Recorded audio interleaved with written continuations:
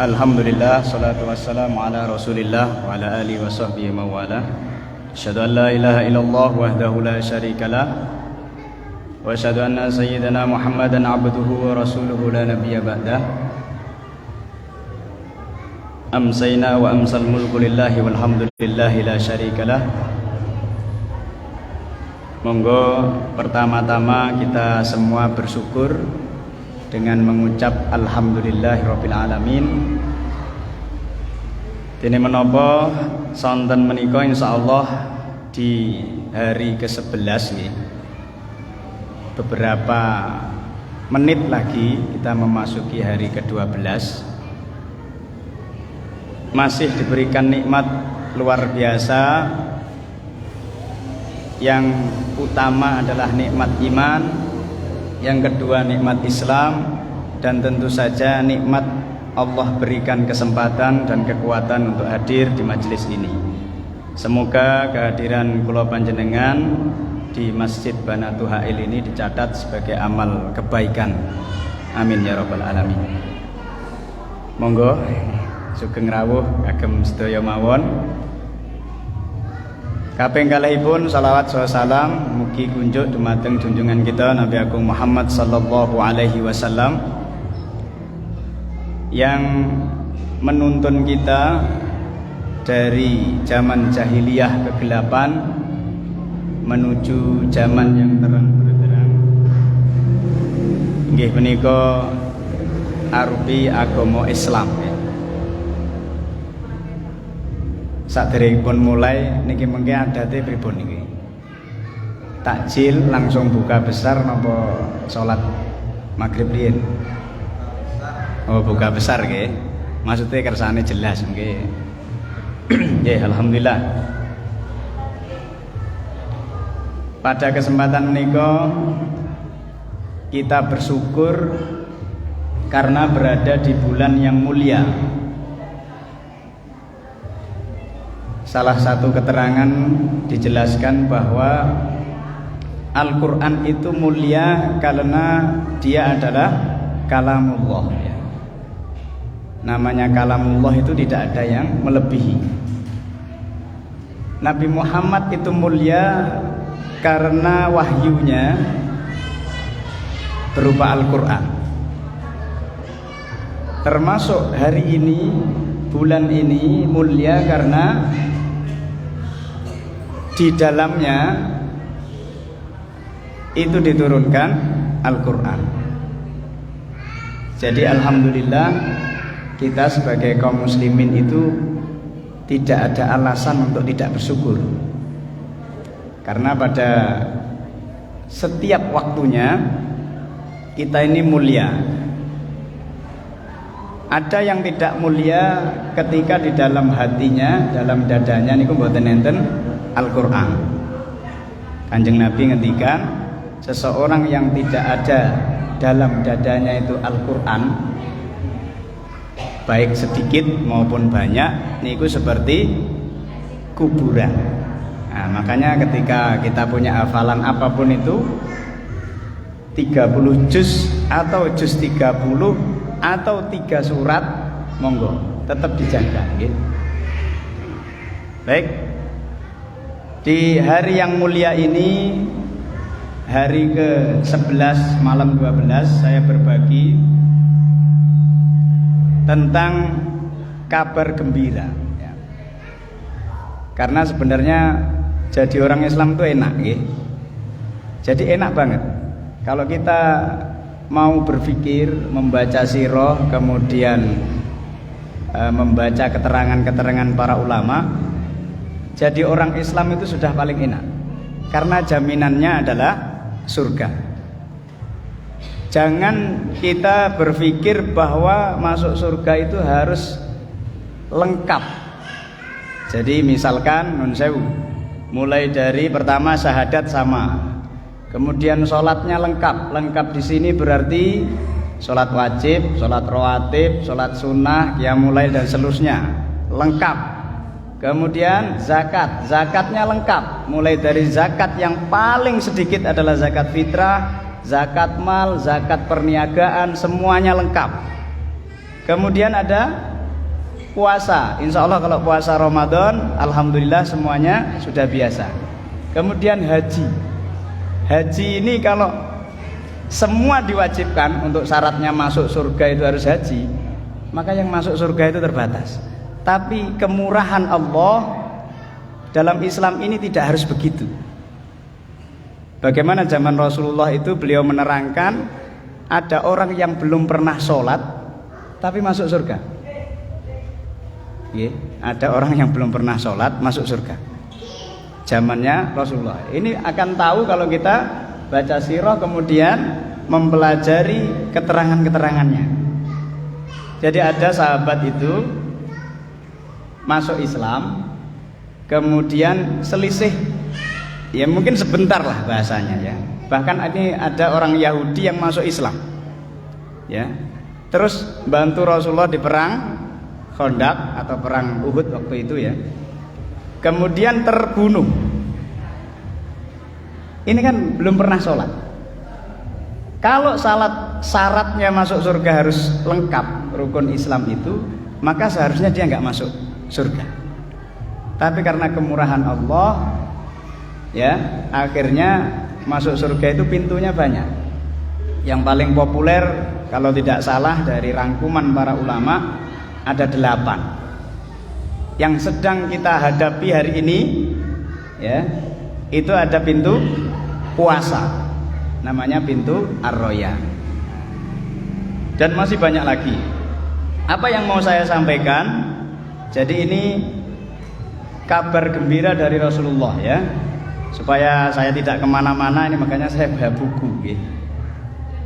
Jadi saya bacakan, demi zat yang diriku ada dalam genggamannya, seandainya seorang laki-laki itu melakukan perjalanan 1 bulan, jadi melakukan perjalanan 1 bulan untuk mendapatkan harta ini dan mengambil manfaat, niscaya manfaat ini lebih baik dari perjalanan dan kelelahannya menuju hari pembalasan.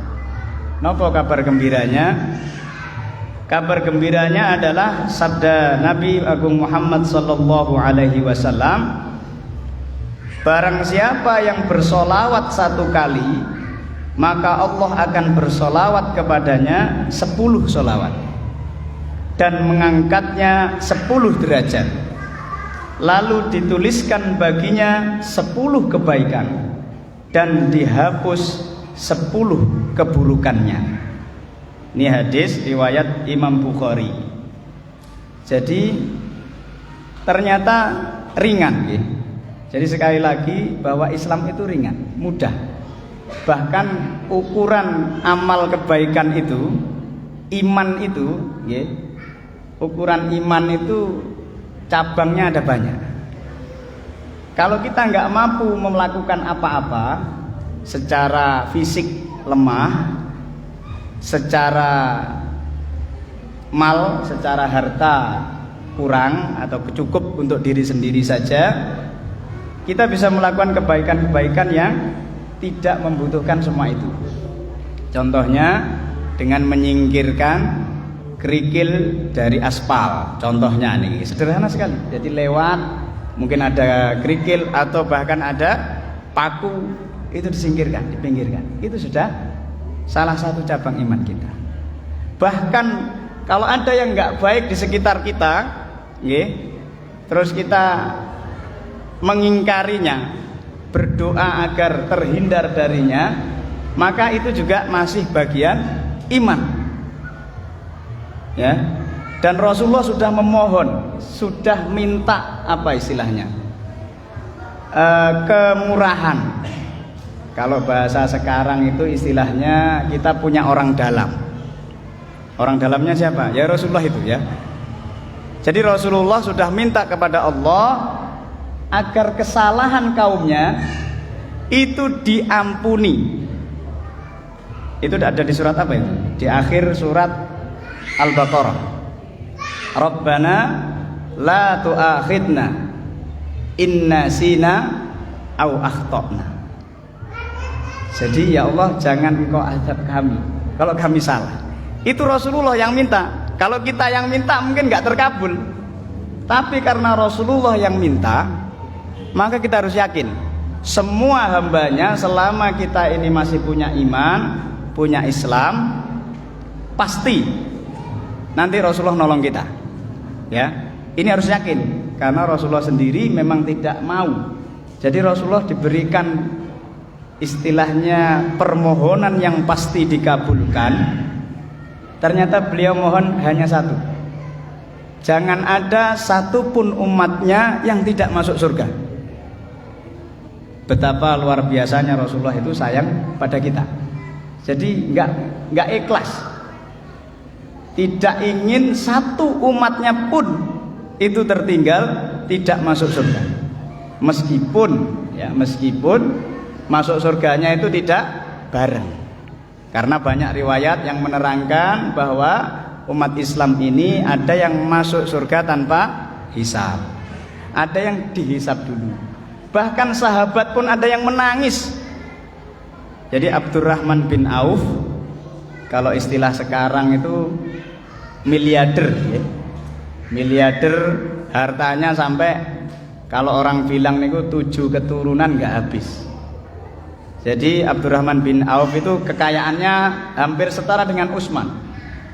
Utsman bin Affan itu hartanya sampai sekarang masih ada. Jadi kalau jenengan pernah ke Baitullah, ke tanah suci, di sana itu warisannya Utsman itu masih ada. Dan memang masih dikelola. Perkebunan kurmanya masih ada. Nah, Rasulullah menyampaikan bahwa Abdurrahman bin Auf nanti hisabnya itu merangkak. Merangkak ini artinya apa? Abot. Kenapa? Karena setiap kalau kita misalkan panen padi, ini musim mepe gabah, termasuk griya kula nggih ngoten. Bapak niku kan ngewang-ngewang mepe gabah. Setiap bulir padi niku ditanya. Katakanlah begitu. Ini banyune kok ngendi, pupuke kok ngendi, dan seterusnya. Saking beratnya yang mau dihisab niku, akhirnya dikabarkan oleh Rasulullah masuk surga tapi hisabnya merangkak. Merangkak niku kabotan tenan. Sing kulino ngguluk teng sabin ngoten. Lek mikul pinten? Sak semen niku 50 kilo nggih. Nah, itu sampai enggak kuat, sampai berangkat. Tapi dia tetap seneng. Kenapa? Karena masuk surga. Tapi hisabnya lama. Yang ringan siapa? Yang nggak ada yang dihisab. Jadi hartanya ya pas entek, jelas gitu ya. Hartanya jelas. Itu maka hisabnya cepet. Nah, ben cepet piye? Wis rasah sugih, mboten nggih. Pasti kula jenengan lek ditari mesti ingin kaya. Kaya yang bermanfaat, barokah fid-dini wa dunya hadal akhirah. Amin ya rabbal alamin. Nah, kembali ke sini. Jadi sholawat dan salam itu kita rutinkan ya, karena kita biar diakui sebagai orang dalam. Karena oleh Rasulullah sudah didoakan tuh, Rabbana la tu'akhidna in nasina aw akhtana, Rabbana wa la tahmil alaina isran kama hamaltahu 'alal ladzina min qablina, dan seterusnya. Itu kita sudah dimintakan. Itu doanya Rasulullah nih. Yakin nggak kalau doanya Rasulullah manjur? Yakin 100%. Nggih, 100% yakin. Bahkan ada sahabat yang tidak tahu kalau kekayaannya itu membuat dia apa istilahnya ya, terjerumus. Itu tetap ngeyel. Nggih. Jadi ada namanya sahabat Sa'labah niku, ketika masih dalam tanda kutip ya fakir, ke masjidnya itu rutin 5 waktu. Tapi anehnya nopo. Jadi ketika dia, kalau istilah orang Jawa, istilah murid kula niki, istilahnya lek ning masjid niku matko lamcing. Ya niku. Singkatan dari lek komat lagi teko, terus lek bar salam langsung plencing. Lho niki zaman Rasulullah enten. Sampai sahabat yang lain niku penasaran. Akhirnya Rasulullah nggih tanglet. Sak labah. Yo sampean tekone ngenteni Allahu Akbar dan seterusnya sampai selesai dia datang. Kemudian setelah assalamualaikum bablas. Tapi Rasulullah enggak memarahi, hanya menanya. Ini tanda bahwa rukun dari jamaah sholat niku nggih takbiratul ihram sampai salam. Selesai. Adapun zikir monggo boleh, bersama boleh, sendiri boleh, jahar boleh, lirih juga boleh, atau mau datang sebelumnya nunggu-nunggu ya boleh. Tapi ini ada sahabat yang ketika masih fakir rutin, namanya Sa'labah. Ditanya sama Rasulullah, nyapa kok kesusun? Ternyata jawabannya luar biasa. Baju yang saya pakai ini, kain yang saya pakai untuk sholat di masjid ini bergantian dengan istri saya di rumah, supaya istri saya ini segera sholat. Karena kalau nggak saya berikan kain saya ini, nggak menutup aurat. Sehingga selesai sholat, saya di awal waktu berjamaah di masjid langsung lari untuk saya gantian dengan istri. Itu berlangsung cukup lama, dan ternyata kesabarannya mulai menipis. Padahal sabaran itu nggak boleh menipis ya. Kalau istilah sinetron itu apa? Kesabaranku mulai habisnya. Ini ternyata zaman Rasulullah ada. Akhirnya memaksa Rasulullah, ya Rasulullah, tolong doakan saya supaya kaya. Mungkin sahabat ini sedang khilaf, karena bisa jadi kita menyukai sesuatu padahal itu nggak baik bagi kita. Bisa jadi kita membenci sesuatu padahal itu baik bagi kita. Banyak kejadian. Mungkin jenengan sebagian pun mengalami. Saya pun juga mengalami. Kadang saya ikut seleksi apa nggak lolos. Oh ternyata setelah itu ada yang lain. Saya sedih nggak lolos itu. Sama. Semua orang ketika seleksi nggak lolos sedih. Tapi ternyata ada seleksi lain yang saya keterima. Kalau keterima yang pertama, saya nggak bisa ikut yang kedua. Itu contoh. Nah sahabat ini akhirnya maksa, karena Rasulullah sudah bilang sebenarnya fakirmu itu jangan-jangan lebih baik buatmu daripada kayamu. Ternyata memaksa, dan Rasulullah itu apian. Jangankan kepada muslim, kepada Yahudi saja, kalau beliau diundang untuk makan, jelas-jelas untuk makan, bukan untuk ritual agamanya, itu datang. Bahkan dalam satu kesempatan di akhir menjelang hayat beliau, orang Yahudi tahu bahwa mereka tidak mampu melawan kaum muslimin, itu mereka menyiasati, ngundang Rasulullah, kemudian berniat untuk meracuninya. Jadi punya niat meracuninya si Yahudi itu. Rasulullah datang membawa teman, umpama sakniki ngoten ajudan nggih. Bukan ajudan kalau istilah kita ajudan, kalau beliau lebih menyebut sebagai sahabat ya. Diajak sahabat-sahabat beliau beberapa makan, disediakan, dan orang Yahudi ini sudah nanya kesukaan Rasulullah itu bagian mana. Napa kesukaan Rasulullah nggih?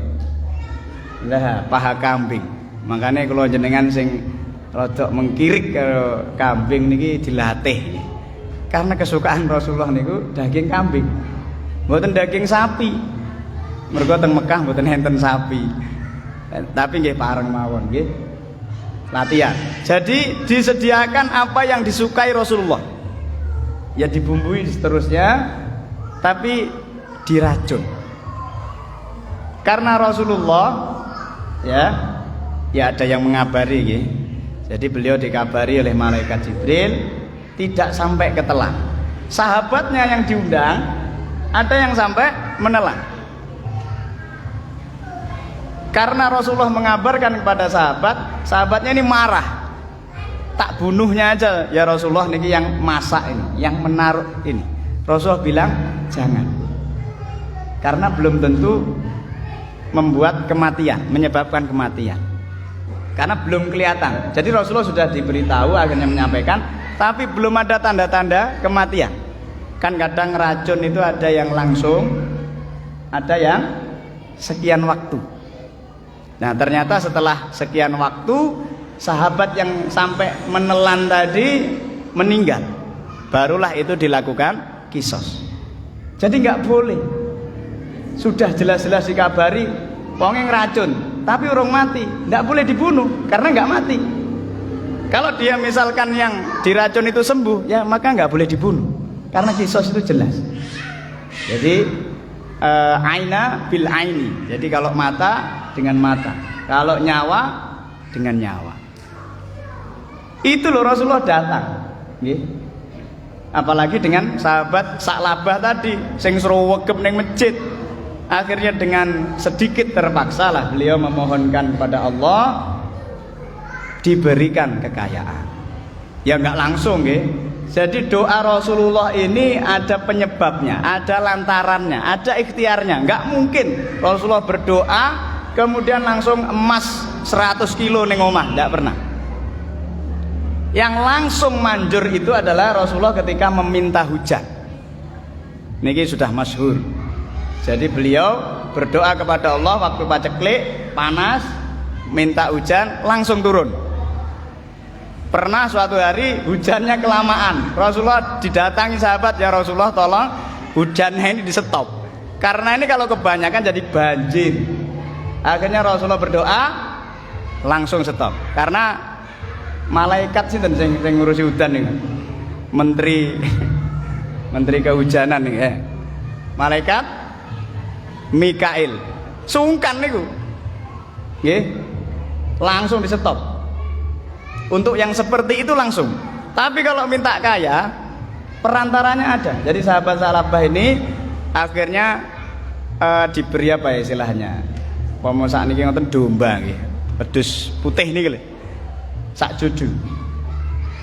Mana loro, mana. Akhirnya manaknya itu lah istilah matematika ngoten deret geometri.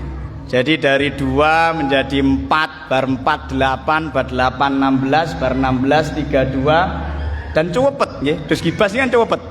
Kadang setahun pun meteng malih. Sampai akhirnya ketika hitungan zakat hewan ya. Kan 40 zakatnya 1.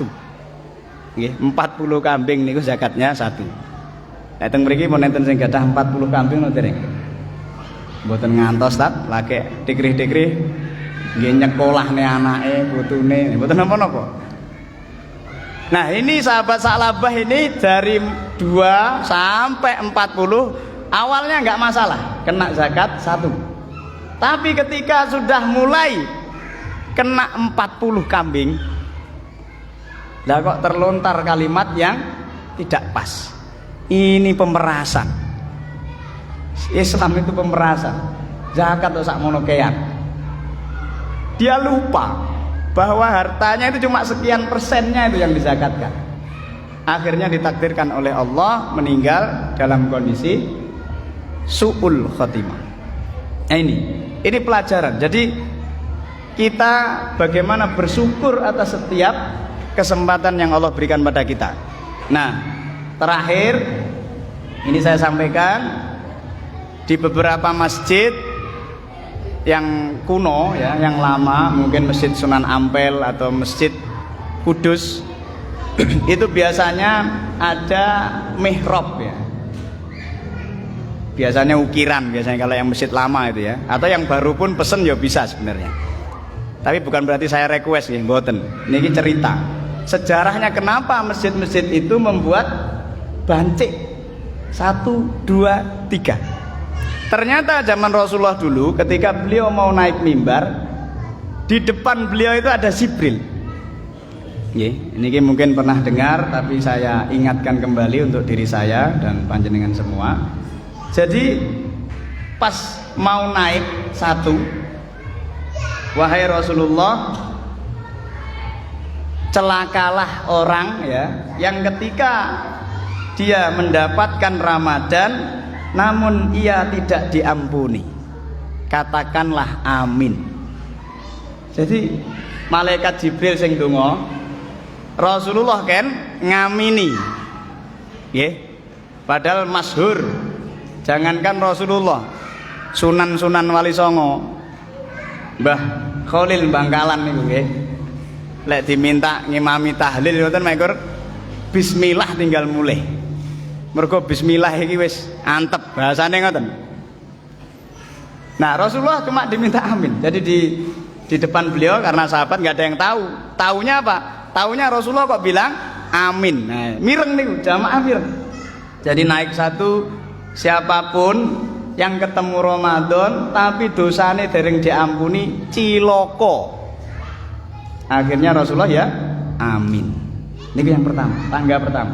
Kemudian beliau naik lagi ya. Hinalah orang yang mendapatkan kedua orang tuanya atau salah satunya namun tidak menyebabkan dia masuk surga. Jadi ciloko wong sing jek duwe bapak, ibu atau salah satunya itu tidak menyebabkan dia masuk surga. Katakan amin. Ya Rasulullah ya bilang amin. Itu yang kedua. Kemudian naik lagi, langkah lagi satu terakhir. Hinalah orang yang ketika disebut namamu dalam suatu majelis, kesempatan atau apapun itu, dia tidak bersolawat kepadamu. Katakan amin. Apa kesimpulannya? Jadi di Ramadan ini khususnya bagi siapapun yang masih ada orang tuanya berarti masih punya 3 keselamatan. Kalau yang orang tuanya sudah meninggal semua berarti minimal punya 2. Pertama Ramadan, kemudian kalau yang masih ada orang tuanya berbakti maksudnya nggih, bukan kok enek wong tuane pehau mesti masuk surga ya enek wong tuaku. Mboten, berbakti. Birrul walidain. Nah, yang ketiga, setiap disebut nama Rasulullah Muhammad sallallahu alaihi wasallam kita bersolawat. Minimal dengan solawat yang singkat. Sallallahu ala Muhammad misalnya gitu. Atau sallallahu alaihi. Itu minimal. Jadi enak. Jadi kita kalau berislam itu kalau tahu mudah, tapi bukan karena niat memudah-mudahkan. Apa yang bisa kita raih, yang ada di kita itu kita maksimalkan. Kalau sekarang ada di bulan Ramadan, maka monggo dioptimalkan. Karena beberapa ulama menyampaikan kalau bulan sudah lewat sepertiga, maka tunggulah sebentar lagi akhirnya. Jadi kalau sudah lewat sepertiga, hari ini kan sudah lewat nih, itu biasanya sudah seperti kilat, selesai. Maka mumpung di forum yang mulia ini, jadi meskipun kita sudah lewat sepertiga, kesempatan Ramadan ini masih luar biasa. Dan Ramadan itu tidak seperti timnas kita. Biasanya semangat babak pertama, kedua nyelot entek, akhirnya kebobolan, nggak sido menang bahkan kalah. Jangan ditiru untuk yang itunya. Meskipun kita selalu mensupport timnas kita. Jadi Ramadan ini dibalik. Lewat sepertiga kudu mulai dinaikkan giginya dari gigi 1 menjadi gigi 2. Kemudian di 10 hari terakhir dipolning. Itu kalau mau ngikut rumusnya Rasulullah. Kalau rumusnya ibu-ibu menawi benten nggih. 10 dino ya warai nata omah. Itu juga baik. Saya akui, keluarga saya juga demikian. Tapi dengan membaca sirah akhirnya kita enggak terlalu gitu nggih, enggak sampai menguras. Terutama malamnya. Ya.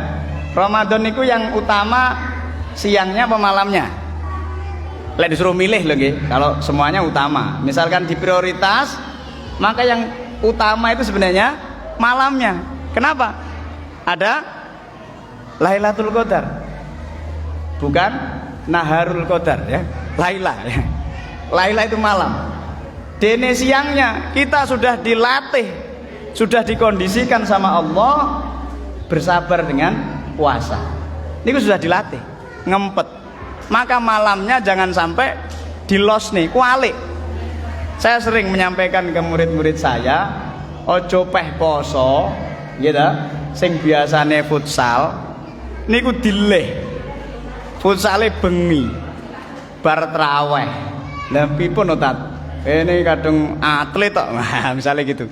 Akhirnya malamnya dipakai futsal. Ya boleh, tapi kalau sampai gara-gara futsal terus tilawahnya belas, bahkan nun sewu, sholat isya bar ngono futsal misalnya gitu kan, eman-eman. Saya yakin wajibnya nggak ditinggal, insya Allah begitu. Tapi kan sunnah-sunnahnya, keutamaan yang lain jadi terlewat. Maka dari itu monggo Bapak Ibu sederek sekalian, adik-adik, jadi waktu kita, kalau yang masih adik-adik sederek sekalian ya, masih bisa menemukan 3 pintu keselamatan, pintu kemuliaan, yaitu pintu Ramadan ini kita optimalkan, pintu birrul walidain, berbakti kepada orang tua. Cara berbakti bagaimana? Banyak sekali caranya. Saya nggak menjelaskan harus begini begitu, karena intinya membuat orang tua senang itu berbakti. Jadi misalnya dikandani terus mengiyakan dan melakukan, nah itu sudah berbakti. Kemudian pintu sholawat. Sholawatnya bisa kita rutinkan, atau kita menjawab setiap ada orang yang menyebut nama Nabi kita. Itu. Makanya jangan sirik, jangan apa istilahnya, tidak nyaman ketika beberapa komunitas kaum muslimin ketika disebut nama Nabi kita kemudian reaksinya banter. Nggak apa-apa, karena sahabat saja itu beragam. Ketika masuk Islam, ini saya sampaikan nih sirah sedikit. Maghribnya kirang pinten nih, sana lewat ya 10 menit ya, mungkin jawaban nih mungkin. Jadi zaman masuk Islam awal-awal, as-sabiqunal awwalun, sahabat niku karakternya berbeda-beda. Kalau kita tahu sirah, akhirnya kita itu nggak gampang nyalahkan. Jadi ada sahabat-sahabat yang tipenya itu terbuka, ada yang tipenya tertutup atau pendiam. Bahkan di antara 4 khulafaur rasyidin ini ada yang sangat pemalu, ada yang sangat pede, ya, pede dan pemalu. Tapi semuanya baik, ada di sahabat Rasulullah. Kita bayangkan kalau sahabat Ammar bin Yasir itu masuk Islam, dia itu harus ketemu satu dengan satu. Saya baru bisa ngomong tenang ketika ketemu Rasulullah sendiri. Itu sahabat-sahabat begitu. Sedangkan Umar, sendengan juga dengar kisahnya, itu pengennya diketahui orang. Saya bergabung dengan Islam. Jadi setelah beliau bersahadat, nggak cuma diketahui oleh dirinya dan kaum muslimin, tapi beliau umumkan. Ngumumkannya bukan main-main. Jadi ngumumkannya itu kepada pemimpinnya, presidennya kafir Quraisy. Didatangi rumahnya, didodoki, kamu sudah dengar apa belum kalau saya sudah masuk Islam? Jadi saya sekarang sahabatnya Nabi Muhammad SAW. Akhirnya wajahnya Amru bin Hisham, atau yang kita kenal istilah dengan Abu Jahal, namanya api asine nggih, Amru bin Hisham. Dan bahkan beliau ini termasuk yang pernah didoakan Rasulullah. Maksudnya doanya piye? Ya Allah, kuatkanlah Islam ini dengan masuk Islamnya satu di antara 2 Umar.